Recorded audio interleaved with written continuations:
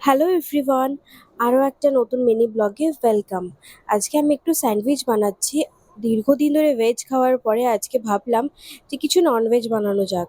তো এই অল্প একটু চিকেন ছিল ফ্রিজের মধ্যে, তাই সেটা দিয়েই আমি আজকে স্যান্ডউইচ বানিয়ে নেবো। প্রথমে ভেবেছিলাম স্যুপ বানাবো, তো স্যুপ না বানিয়ে ভাবলাম একটু স্যান্ডউইচই বানিয়ে নিই।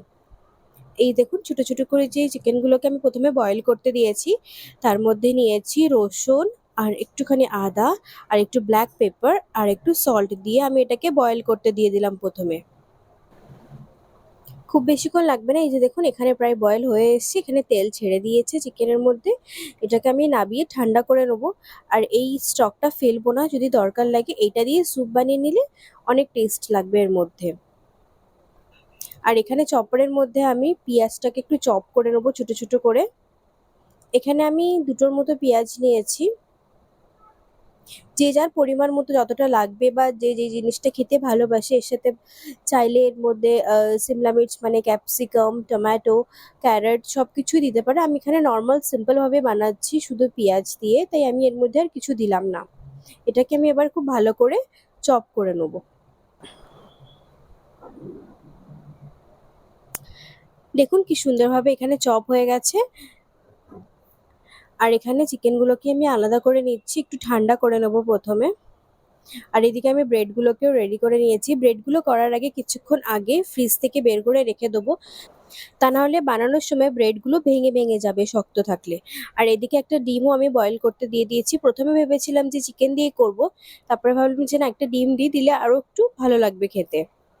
আর আমি এখানে ব্রেডের এই সাইডগুলো কেটে নিচ্ছি, আপনারা চাইলে নাও কেটে নিতে পারেন। সব কটা ব্রেডের আমি এভাবে এরকম কেটে নেবো। দেখুন আমার এখানে কাটা হয়ে গেছে। আমি খুব বেশি ভালোভাবে কাটিনি, প্রায় নর্মাল ভাবে একটু কেটে নিয়েছি। আর এখানে আমি 2 চামচ মেয়োনিজ নিয়ে নিয়েছি, আপনারা আপনাদের পছন্দের মতো নেবেন। আর এখানে পেঁয়াজটা আমি পুরোটা নিচ্ছি না, কিছুটা আমি নিলাম আগে। তো এর মধ্যে আমি একটু ব্ল্যাক পেপার দেবো, আর দেবো অল্প করে একটু সল্ট। যে যা টেস্ট মতো সল্ট দিতে পারেন। এবার সবগুলোকে খুব ভালোভাবে আমি এটা মিক্স করে নেবো। দেখুন কি সুন্দর মিক্স হয়ে গেছে, সবকিছু খুব ভালোভাবে মিশে গেছে। এবারে ডিমটাকেও আমি ছোট ছোট করে কেটে দিয়ে দেবো। প্রথমে কুসুমটাকে আমি আলাদা করে নিচ্ছি, কারণ কুসুমটা থাকলে একসাথে ভালোভাবে মিক্স হবে না। আর ডিমটা এতটাই গরম যে আমি হাতে ঠিকভাবে ধরতেও পারছি না। এই দেখুন, এরকম ভাবে আমি ছোট ছোট করে কিউব করে কেটে নেবো। এটা চাইলেই চপিং বোর্ডে কাটা যেত, কিন্তু চপিং বোর্ডের মধ্যে আবার লেগেও যাবে ডিমটা। আর আমি আর অতটা বাড়ালাম না, তাই শর্টকাটে আমি হাতের মধ্যেই করে নিচ্ছি। এখানে ডিমগুলো আমার ছোট ছোট করে কাটা হয়ে গেছে। আর এবারে আমি এগ ইয়কটা দিয়ে দেবো এরকম ভাবে ক্রাশ করে। এটাকেও খুব ভালোভাবে সব একসাথে মিক্স করে নেবো।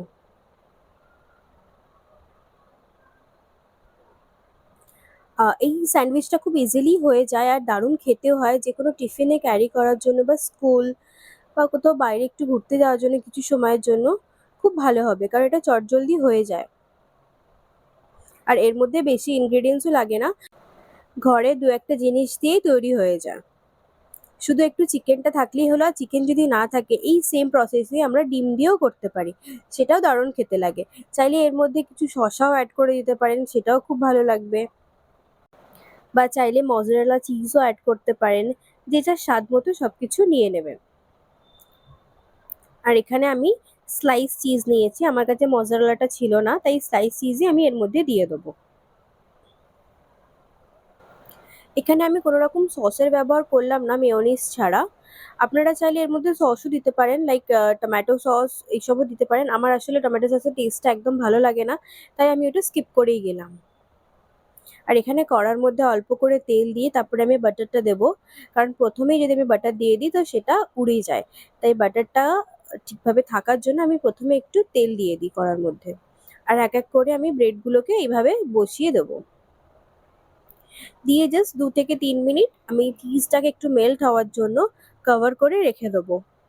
প্রত্যেক সাইডটা 2 মিনিটস করে করলেই হয়ে যাবে। আর ওপর থেকে আমি একটু বাটারও লাগিয়ে দিচ্ছি স্প্যাচুলা দিয়ে, যাতে এই সাইডটাও যখন আমি বানাবো যাতে বার্ন না হয়ে যায়। আপনারা তো দেখতেই পেলেন যে এটা কতটা ইজিলি হয়ে যায়। এবার আমি ব্রেডগুলোকে একটু উল্টে দেবো। প্রথমে চেক করে নিলাম যে আমার হয়েছে কিনা ঠিক করে। আর দেখুন কি সুন্দরভাবে হয়ে গেছে। আমি একটু ডার্ক ব্রাউনই করেছি, কারণ আমার একটু ডার্ক ব্রাউনই ভালো লাগে। একটু করকরে ক্রাঞ্চি মতো হলে খুবই ভালো লাগে খেতে ওটা। ভেতরটা নরম আর বাইরেটা এরকম ক্রাঞ্চি। দেখুন আমার দুটো দিকই ভালোভাবে হয়ে গেছে। আমি এবারে এগুলোকে নামিয়ে নিলাম। এর পরেরগুলো আমি ঠিক একইভাবে বানিয়ে নেব।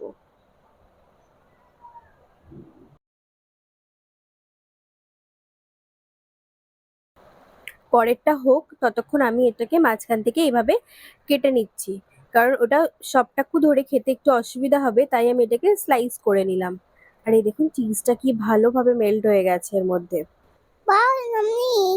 বুঝতে পারলেন ভয়েসটা কার? আমি এখানে ভয়েস ওভার দিচ্ছিলাম আর ও আমার পাশে বসেছিল। আর স্যান্ডউইচ গুলোকে দেখতে পেয়ে ও নিজে থেকেই বলছে ওয়াও ইয়াম্মি। আর এই দেখুন আমি এখানে টেস্ট করে দেখছি কিরকম হয়েছে। সত্যি খুব দারুণ হয়েছে। আমার কথাতে না, আমি তো নিজে বানিয়েছি, আপনারা হয়তো ভাববেন যে নিজে বানিয়েছি বলে নিজেই ভালো বলছি। বাট না, আপনারা নিজেরাই একবার বানিয়ে খেয়ে দেখবেন, তাহলে বুঝতে পারবেন যে এটা কতটা টেস্টি হয়েছে। প্রথমে ভাবছিলাম যে বাইরে থেকে কিছু খাবো, তারপরে নিজেই বানিয়ে ফেললাম ঘরে। বাইরের থেকে অনেক ভালো হয়েছে খেতে। তো ভিডিওটা আমি এখানেই শেষ করলাম। ভালো লাগলে একটা লাইক আর একটা শেয়ার করে দেবেন।